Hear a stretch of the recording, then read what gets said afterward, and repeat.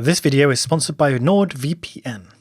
Instead of just connecting your home computer or device straight into the big and angry internet, a VPN sits between you and the big bad world, protecting and anonymizing you in a landscape where data is more valuable than ever. The places you go on the internet only see the VPN server rather than you, giving you security and peace of mind. And as those servers could be anywhere, as NordVPN has thousands of superfast servers all over the world, you can subscribe to services like a certain country's Netflix or Disney Plus that would otherwise be region locked. It works on desktops, laptops, mobile surfaces, and supports up to 6 simultaneous connections with no bandwidth cap. I've been using it since before I started these ads, and you can too. Chainbear subscribers can get 70% off a 3-year plan plus an extra month free on top of that by going to nordvpn.org/chainbear or using the coupon code chainbear. That's nordvpn.org/chainbear to get your big discount. I'm writing this script on the 23rd of March with an aim to produce it on the 24th and get it out on the 25th in an ever-changing world, so a lot of this might well be out of date by the time you actually see it. But the principles we're going to look at will apply no matter what actually happens, and it's full of speculation anyway. So let's have a look at the 2020 calendar then.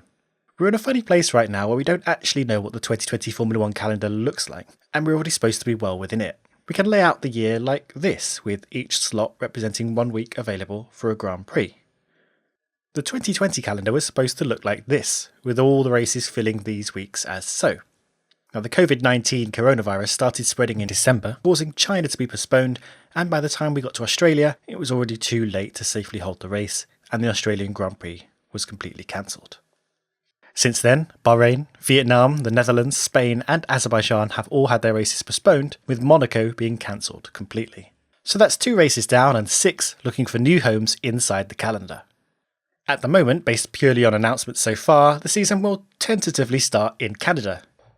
Though with its current travel restrictions and being far away, it seems more likely we'll start the season in France if things are allowed to go ahead. Which, let's be honest, is not yet guaranteed. So right now we've got 6 races to slot in somewhere and 11 holes to fit them into. If we include Canada for a second, we're actually looking at a 20 race calendar over a 24-25 week period, which is too intense and actually untenable, as we'll see in a second.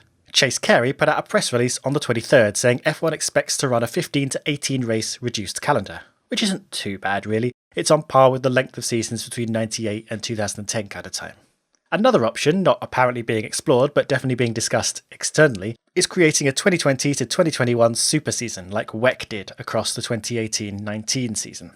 You could merge the 2 seasons, include some repeated races, force teams to keep their cars across the whole super season, utilise more of the winter off-season to throw in some of the homeless races, and have a very long season of about 30 races across 15 months.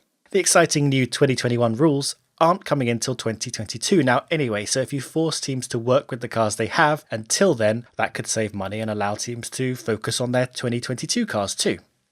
And you could add up all the points across these 30 races or do a best 22 like you used to in the old days, where your best 22 races counted towards the championship and you could discard your worst races. It's a thought. But back in reality, if we stick to the plan, a reduced 2020 season where we continue with what we've got, let's see what we might be looking at. And there's more than a pinch of salt here, we're doing a heckload of speculation. First thing I'm going to do is assume Canada is cancelled. It doesn't really change much as we're not going to be able to fit a race in this slot here anyway, are we? So we start the season on the 28th of June in France. Paul Ricard, exciting. Talk about isolation. 6 hanging races to slot in then. Now, we don't want to have 5 consecutive races back to back, that'll be the death of all of us, so this week is out. And really we want to avoid 4 in a row too, as that's a bit too intense, so we can ignore these weeks too as available slots.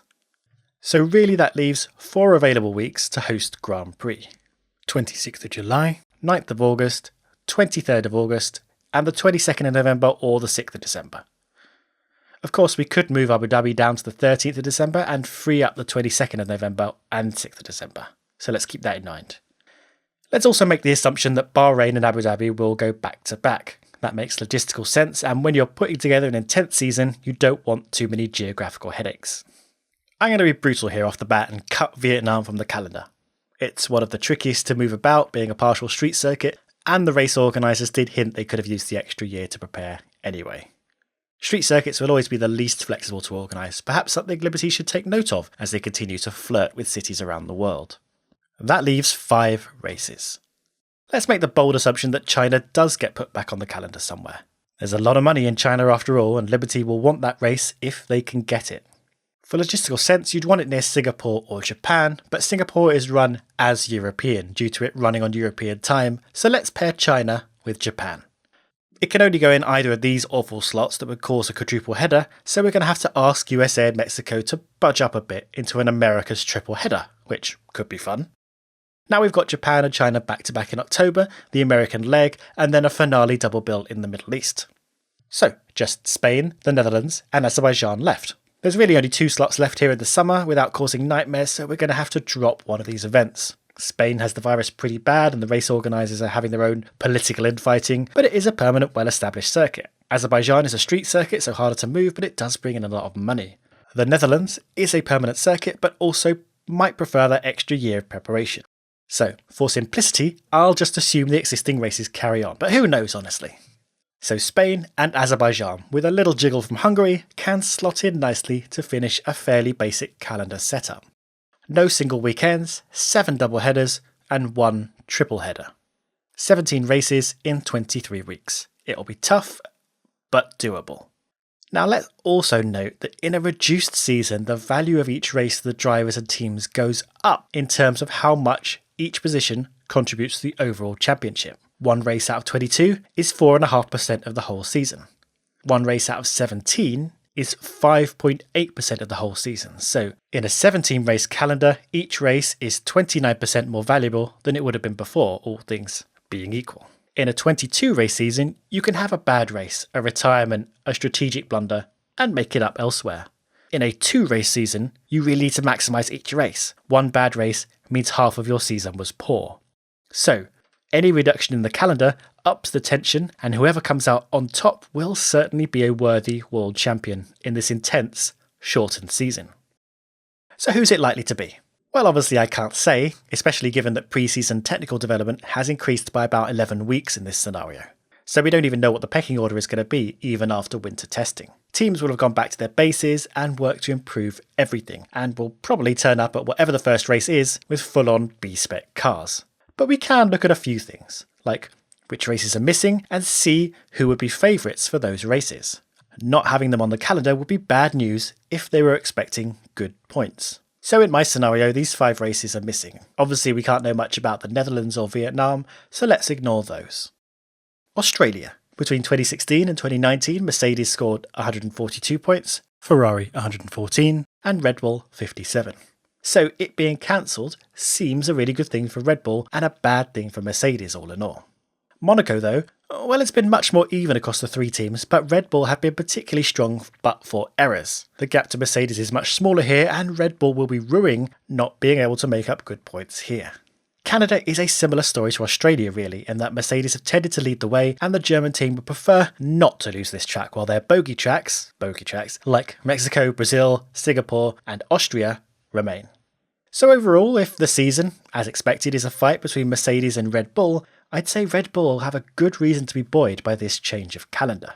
Removing a couple of solid Mercedes tracks, getting their early season development well underway so they don't lose bags full of points in the early season like they usually do, and if they can keep the momentum and pressure on the championship team for a good 20 weeks, they could do it, you know. Lewis Hamilton's title is not coming gift wrapped. Now, of course, we don't know how the season will look, and there's a lot of speculation, but bear in mind, the shorter the season, the more valuable the race. If a race is cancelled, check which team looks likely to benefit. And send a lot of respect to the teams who'll have to manage an incredibly tight season with no real breaks. For now, stay safe and stay indoors. The virus is slow incubating, so you can't tell you've got it until you spent the last week passing it around, so don't be that guy.